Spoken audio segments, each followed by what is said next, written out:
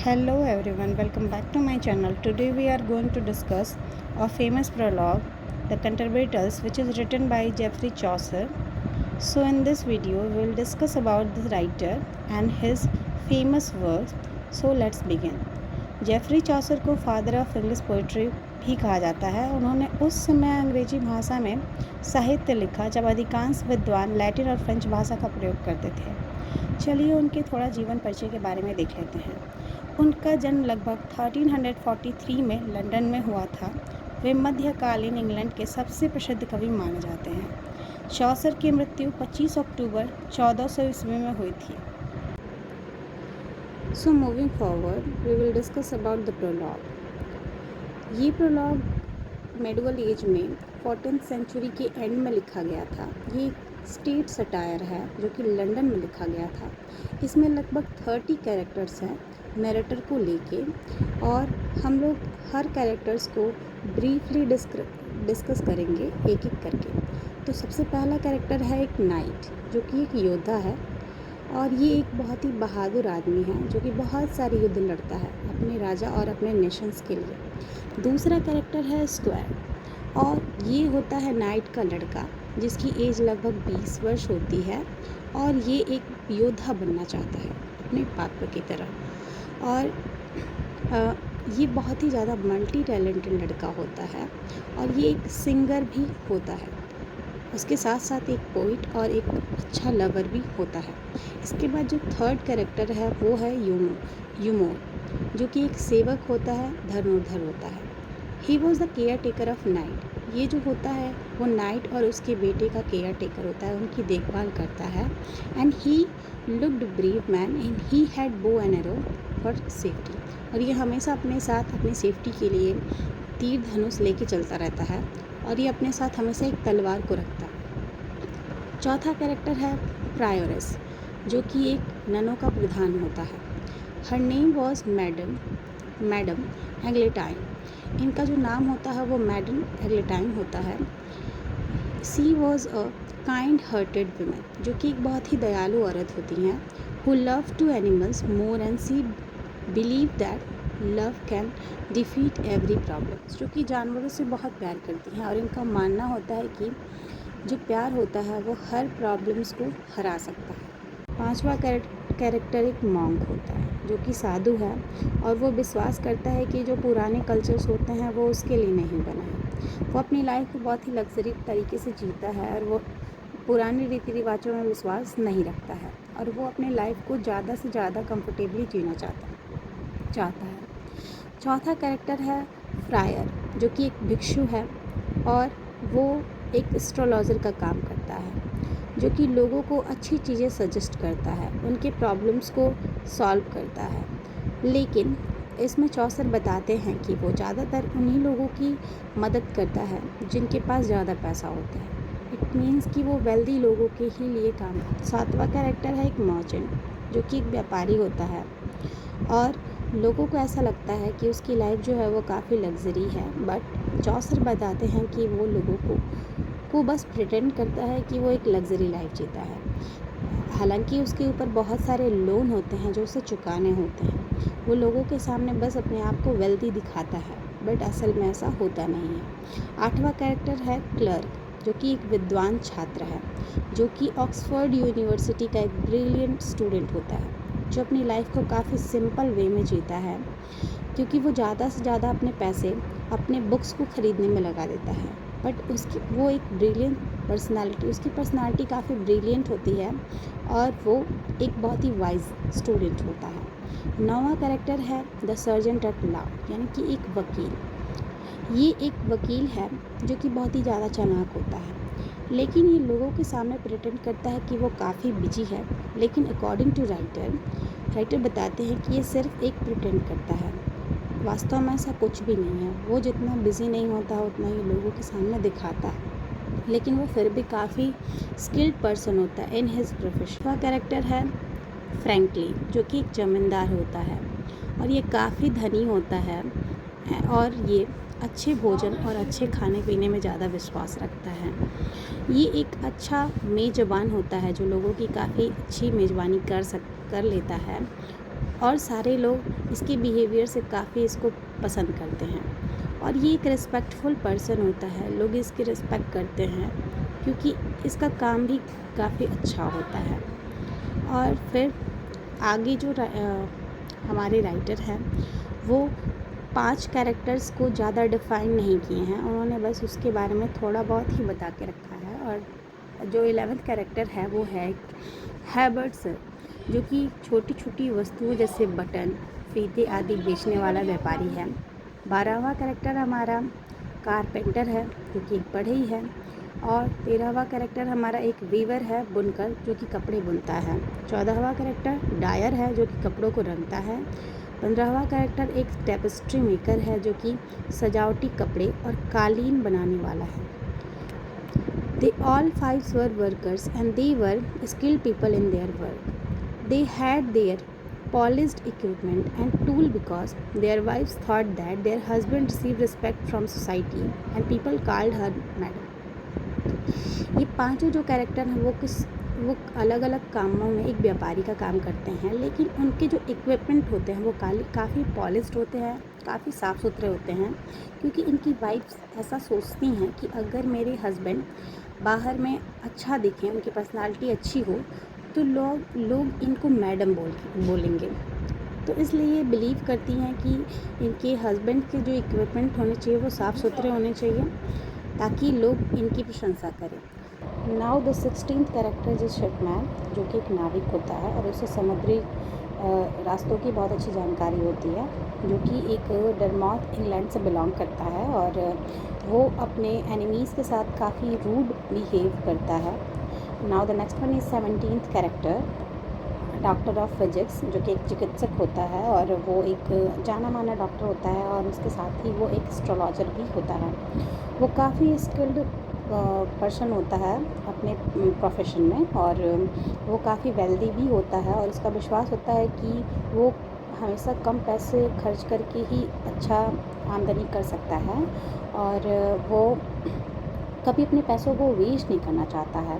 वो चाहता है कि कम पैसे में सब चीज़ें हो जाए और कम पैसे से ही वो अच्छे पैसे बना सके। वो हमेशा now the next character is wife of bath, जो कि बाथ की वाइफ होती है और ये बहुत ही इंटरेस्टिंग कैरेक्टर है अकॉर्डिंग टू चॉसर, बिकॉज़ इसने 5 लोगों से शादी की होती है और वो इस चीज़ पे बहुत गर्व करती है और वो काफ़ी पिलग्रिमेज में ट्रैवल कर चुकी होती है, जैसे जेरूसलम में, रोम में और कॉलोनी में, और वो काफ़ी वेल्दी पर्सनैलिटी होती है और उसे वो एक अच्छी वीवर भी होती है एक तरह से। Now the 19th character is parson, जो कि एक पादरी होता है। वो काफ़ी गरीब होता है और वो भगवान पे काफ़ी बिलीव करता है और वो एक चर्च का फादर होता है और वो काफ़ी ईमानदार और हेल्पफुल पर्सन होता है, जो कि कभी भी पुअर पर्सन से कभी भी मनी नहीं लेता है उनकी प्रॉब्लम्स को सॉल्व करने के लिए। Now the next one is 20th character, जिसका नाम होता है प्लाउमैन, जो कि एक किसान होता है, जो कि पार्सन का ही भाई होता है। वो भी काफ़ी गरीब होता है और एक थीस्ट पर्सनालिटी वो भी होती है। इनकी गॉड में वो काफ़ी बिलीव करता है और वो भी पुअर लोगों की काफ़ी मदद करता है। Next one is 21th character, जो कि एक मिलर होता है, चक्की वाला होता है। मिलर काफ़ी बिग, स्ट्रॉन्ग और वायलेंट पर्सनालिटी होती है उसकी, एक पावरफुल पर्सनालिटी होती है, जो कि छोटी छोटी बातों पर बहुत ज़्यादा गुस्सा करता है और वो लोगों को बहुत मॉकिंग करता है और लोगों को चिढ़ाता है और वो अपने बैड मैनर्स से जाना जाता है इस कहानी में, कि वो बहुत सारे बैड मैनर्स करता है और लोगों को बहुत परेशान करता है, लेकिन फिर भी लोग उससे बहुत इजीली अट्रैक्ट हो जाते हैं उसकी बातों से। 22nd कैरेक्टर इज़ मैंसिपल, एक भंडारी होता है, जो कि मैंसिपल वॉज अ बायर, जो कि ख़रीदने वाला होता है, ठीक है। वो सामान को खरीद के रखता है अपने पास। He bought food and other useful things for college and school or big houses. He was not literate, but yet he was proving that he was much wise than those people who had degree. वो ज़्यादा पढ़ा लिखा तो नहीं होता है, लेकिन वो प्रूव कर देता है कि बिना डिग्री के भी लोग इतने इंटेलिजेंट हो सकते हैं, क्योंकि वो सामान खरीदता है स्कूल और बाकी कॉलेजेस के लिए, भंडारी होता है, और फिर उनको खरीद के और स्कूल कॉलेजेस में खाना वाना बनाने में हेल्प करता है वो लोगों की। और फिर 23rd जो कैरेक्टर है वो है एक रीव, जो कि एक प्रबंधक होता है। Reeve was the director of a rich landlord's property and he was also a rich man.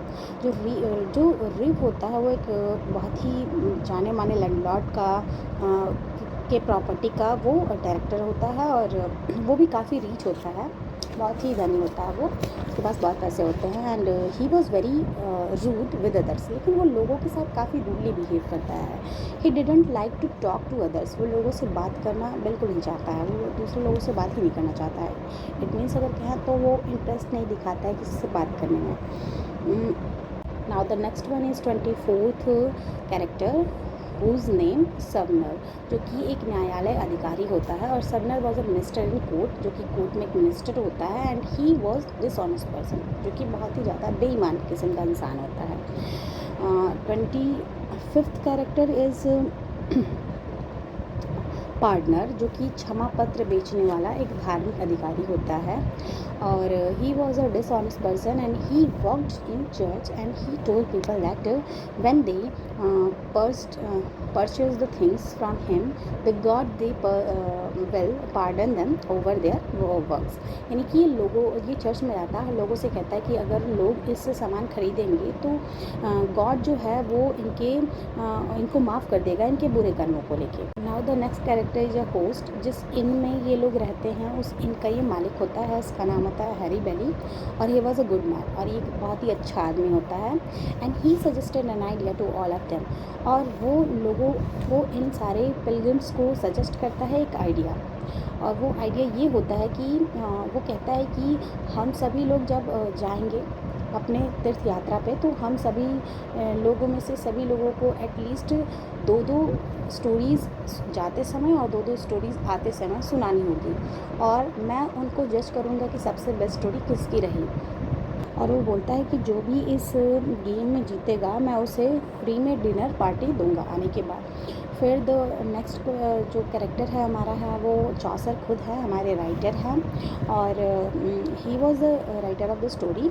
आप सभी लोगों को पता ही होगा कि हमारे जो राइटर है वो इस कहानी के नरेटर हैं, और वो भी इस पिलग्रिम्स में शामिल हैं। और he silently observe all of them and introduce them one by one to अस।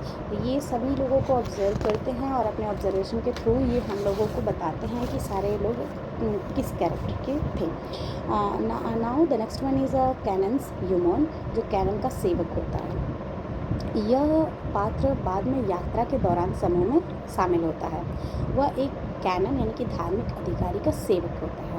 वह अपने मालिक द्वारा किए जाने वाले रसायन के असफल प्रयोगों के बारे में बताता है। उसके माध्यम से चौसर लालच और धोखाधड़ी की आलोचना करते हैं। Now the next one is 29th character is the nun's priest, यानी कि नन की पादरी। नन का जो पादरी है, he was the follower of prioress and he was very holy person. He told the story about the nun's priest temp. It is one of the famous story in this chapter. आपको पता चलेगा आगे chapter पढ़ने में कि जो ये होता है प्रिस्ट जो होता है वो एक प्रायरस का फॉलोअर होता है, ठीक है। और ये बहुत ही ज़्यादा पवित्र पर्सन होता है, जो कि इस कहानी में आपको स्टोरी सुनाते हुए दिखाई देगा कि एक स्टोरी सुनाता है द नन्स प्रिस्ट और प्रिस्ट टेल, जो कि इस चैप्टर का काफ़ी फेमस स्टोरी है। And now the next one is the second nun, एक दूसरी नन भी है इसमें। She was the companion of prioress, ये भी प्रायरस की ही कंपेनियन होती है। And she was very disciplined women, और ये काफ़ी डिसिप्लिन्ड वुमेन होती है, और वो भी एक स्टोरी सुनाती है द सेकेंड नन्स टेल। इसके बाद नेक्स्ट कैरेक्टर जो है वो कैनन है। कैनन एक धार्मिक अधिकारी था, वह यात्रा के दौरान बाद में समूह में शामिल होता है। वह रसायन विज्ञान के प्रयोगों में रुचि रखता था। चौसर उसके माध्यम से झूठे वैज्ञानिक दावों और लालच की आलोचना करते हैं। हालांकि इसमें तो मुख्यतः से मैंने शुरुआत में ही आपको बताया कि इसमें 30 कैरेक्टर्स होते हैं, लेकिन यात्रा के दौरान 2 कैरेक्टर्स में और शामिल हो जाते हैं, जिसकी वजह से ये 32 कैरेक्टर्स यहाँ पे आपको देखने को मिलेंगे। फिर मैं आपको 1 बाय 1 करके सारे कैरेक्टर्स का नाम बता देती हूँ एक बार फिर से, ताकि आपको वो रिकॉल रह सके।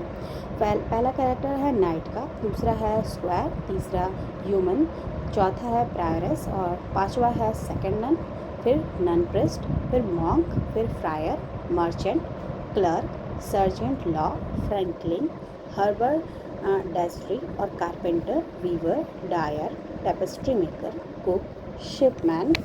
Now the next one is doctor, plowman, reeve, cannon seaman, host, wife of Beth, miller, summoner, canon, parson, municipal, partner और चौसर. आई होप आप लोग को ये वीडियो अच्छा लगा होगा। अगर आप लोग चाहते हैं कि मैं इस कहानी को जारी रखूं और इसमें बताऊं कि वो कौन कौन से 24 स्टोरीज़ हैं जो चौसर ने इसमें एक्सप्लेन किया है, तो आप नेक्स्ट वीडियो में ये देख सकते हैं। मैं इसके बाद पार्ट 2 बनाऊंगी, जिसमें आप वो सारी कहानियों को 1 बाय 1 करके देख सकते हैं। एक्चुअली ये कहानियाँ काफ़ी बड़ी हैं, तो ये वीडियो जो होगा काफ़ी लंबा जाएगा, तो इसके कई सारे पार्ट्स बनेंगे। और अगर वीडियो आपको हेल्पफुल लगा तो प्लीज़ मेरे चैनल को सब्सक्राइब करिए और वीडियो को लाइक करिए। Thank you.